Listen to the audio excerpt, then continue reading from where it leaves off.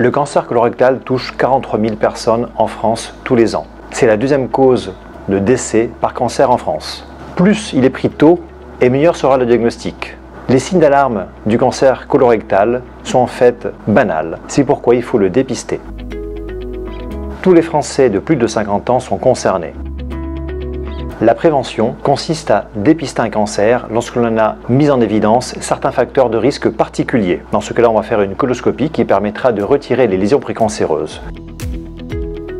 Le dépistage par recherche de sang dans les selles concerne donc tous les Français de plus de 50 ans sans aucun facteur de risque de cancer colorectal. C'est ce qu'on appelle le risque moyen.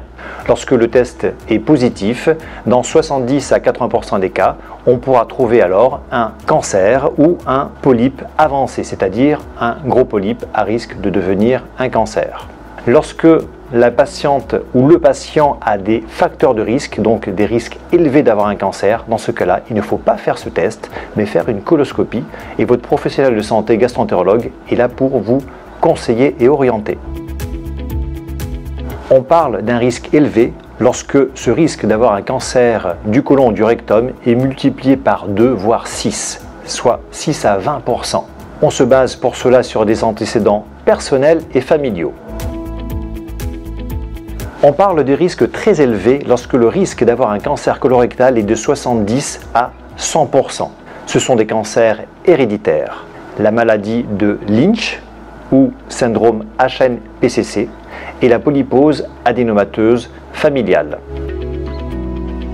Il existe également d'autres facteurs de risque.